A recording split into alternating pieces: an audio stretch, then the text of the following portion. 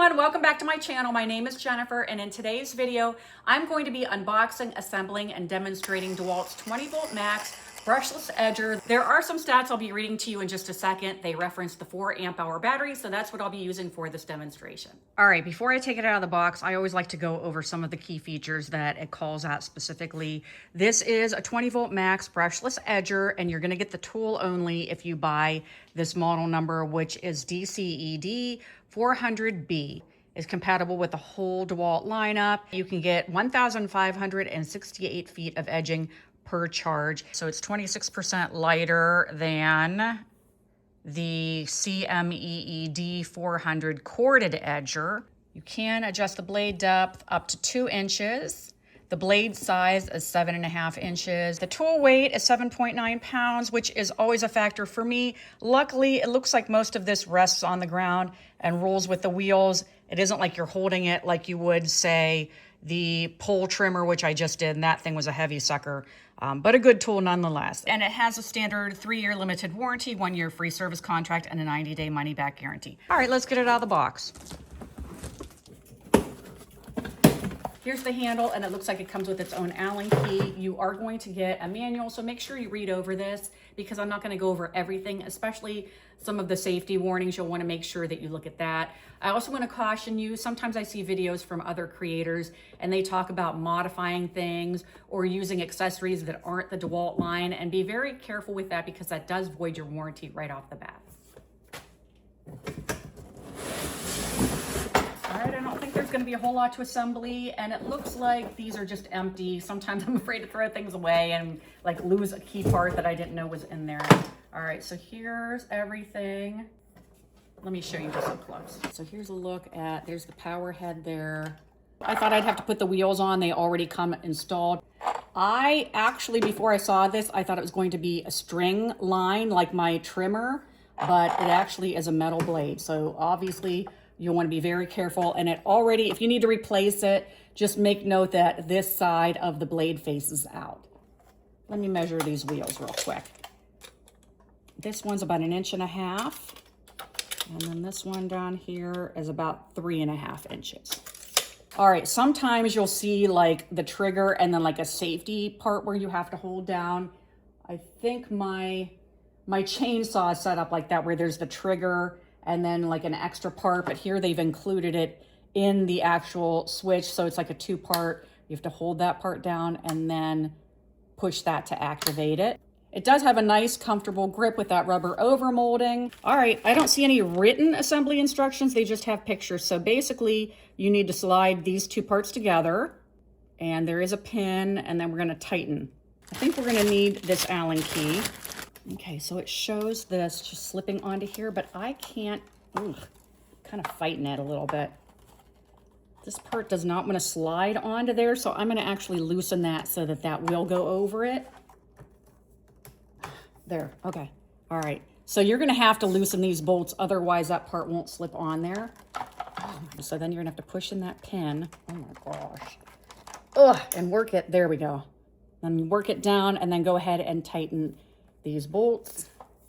Just a word of caution, when you go to loosen that, there is a screw on the other side, so don't loosen it so much that that screw falls off and gets lost on your floor. Okay, so this handle appears that it goes, see how there's like a curved portion and then there's writing. So that writing should be facing you. If you're looking down at the tool, you'd be holding onto it like this. So you're gonna have to loosen these bolts. So the nice thing about this is you can put this where it's comfortable for you. I'm short, my arms aren't super long, so I'm gonna wanna put it where it's naturally comfortable and a good place for me to hold it.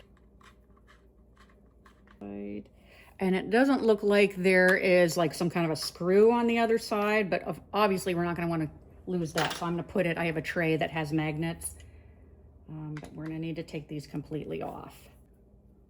And I can appreciate that they gave us an extra long Allen key, because sometimes you'll get a key and it like hits in and you can't get like a full swing. So I'm glad that they gave you like an extra long one for this situation. And there is a little washer on the end of that, be mindful. It just comes off like that. All right, this is gonna be different for everybody.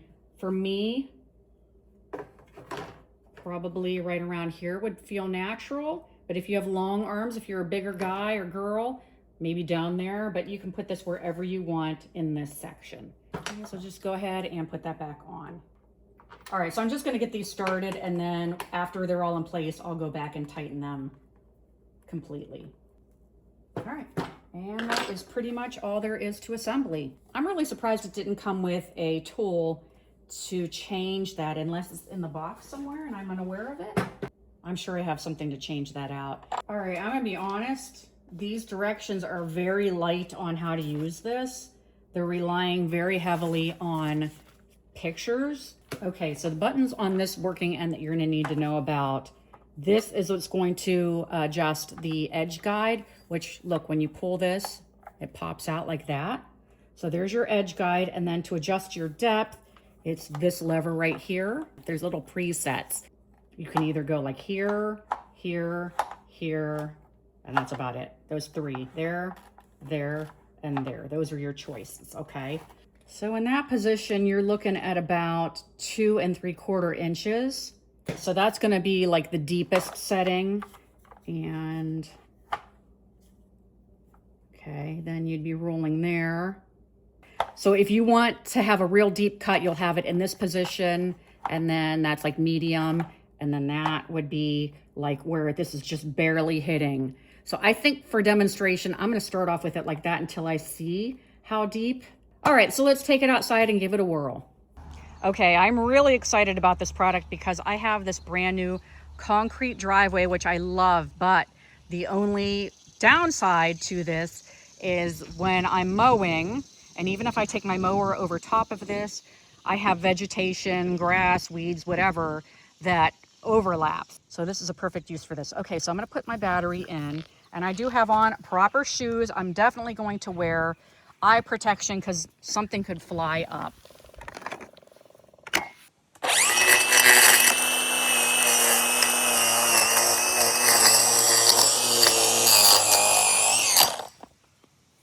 Woo. All right, so in my case, I have a lot of rocks that are here.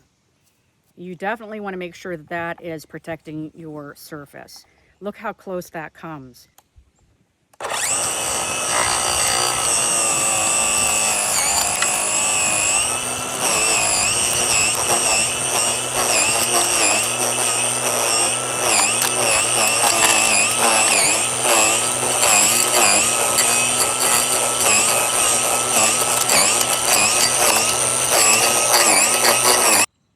I don't know if there's a certain technique they want you to use, probably just to push it straight forward. For me, this ground kind of fought it a little bit because it's never been edged before. And there are some rocks because I just brought in this dirt to fill in, and I feel like I was hitting rocks. That's how close it goes to your walkway. So obviously you don't want to run into your concrete or it will for sure wreck it. But it does give a nice deep groove there. So then you're left with basically all of this. You can come back in with either like a flat shovel, or I'll probably bring my leaf blower out here and blow all this debris.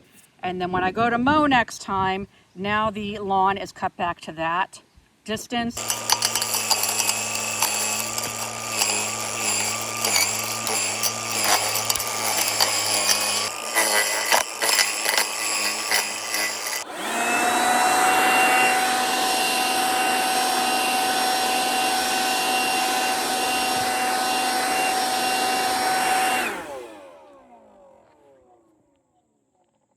Last thing I want to do is invest in this beautiful concrete driveway and then have it look all overgrown and haphazard. So this is a really nice tool.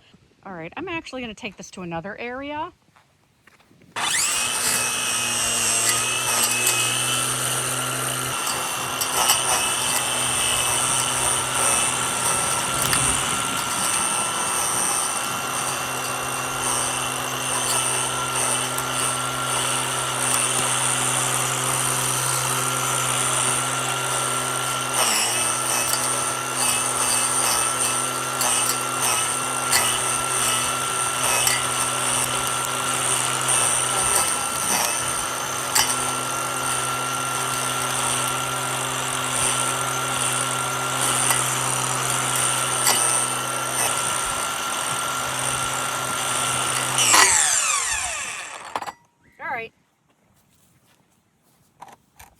There's definitely a learning curve.